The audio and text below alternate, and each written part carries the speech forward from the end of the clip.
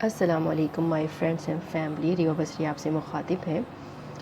امید ہے آپ سب خیریت سے ہوں گے۔ ٹاپک کی شروعات کرنے سے پہلے میں یہ کہوں گی کہ پلیز سبسکرائب کر دیجیے گا چینل کو، اس سے ہمیں حوصلہ افزائی ملتی ہے۔ تو شروع کرتے ہیں۔ آج کا جو ہمارا ٹاپک ہے وہ ہے سب سے پہلا قتل اور مقتول اس دنیا کا۔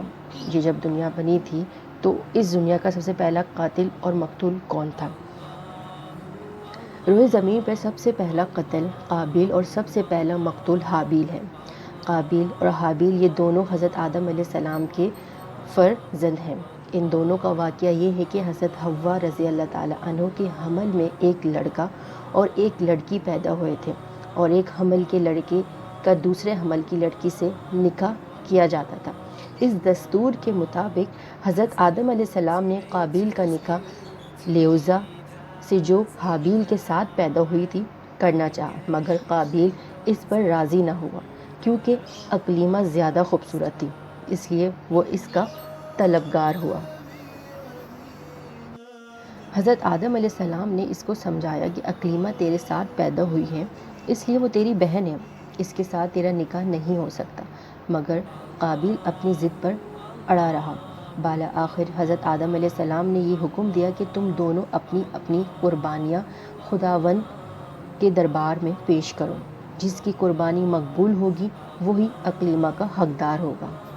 اس زمانے میں قربانی کی مقبولیت کی یہ نشانی تھی کہ آسمان سے ایک آگ اتر کر اس کو کھا لیا کرتی تھی۔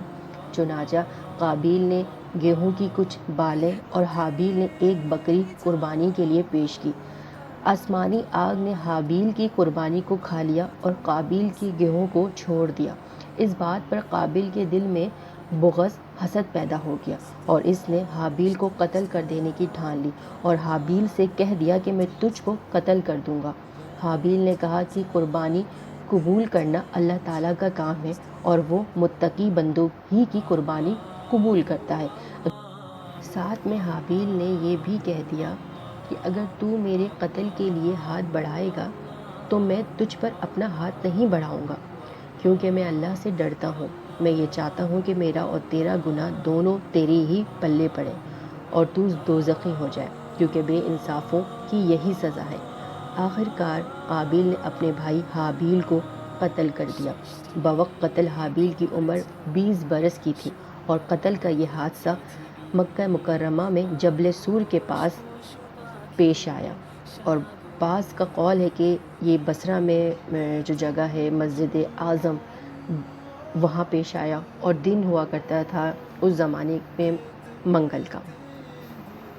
روایت ہے کہ جب حابیل قتل ہو گئے تو 7 دنوں تک زمین میں زلزلہ آتا رہا، اور ہوش و طور اور درندوں میں اضطراب اور بے چینی پھیل گئی، اور قابیل جو بہت ہی گورا اور خوبصورت تھا، بھائی کا خون بہاتے ہی اس کا چہرہ کالا اور بدصورت ہو گیا، اور حضرت آدم علیہ السلام کو بے حد رنج و قلق ہوا، یہاں تک کہ حابیل کے رنج و غم میں 100 برس تک کبھی آپ کو ہنسی نہیں آئی۔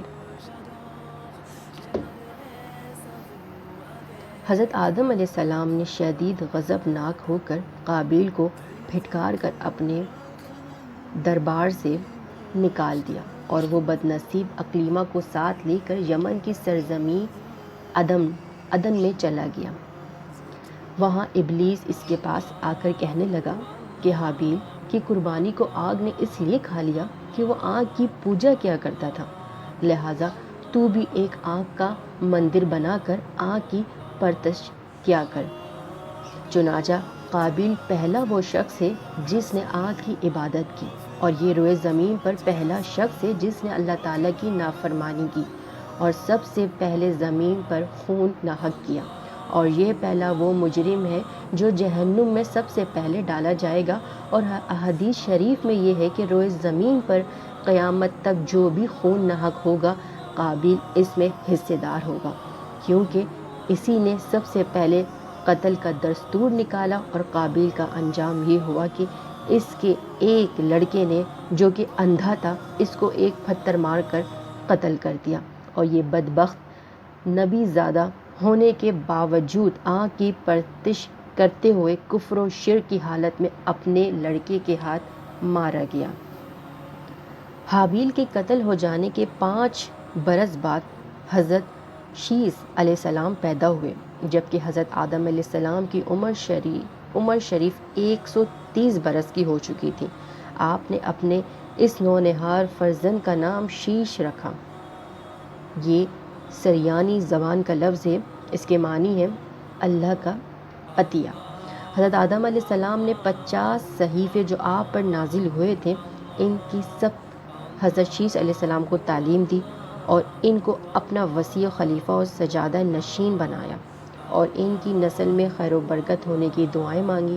ہمارے حضور صلی اللہ علیہ وسلم خاتم النبی ان ہی حضرت شیث علیہ السلام کی اولاد میں سے ہیں۔ اگر آپ لوگوں کو میری یہ ویڈیو پسند آئی تو لائک، شیئر، کامنٹ اور سبسکرائب ضرور کیجیے گا۔ بہت شکریہ۔ اللہ حافظ۔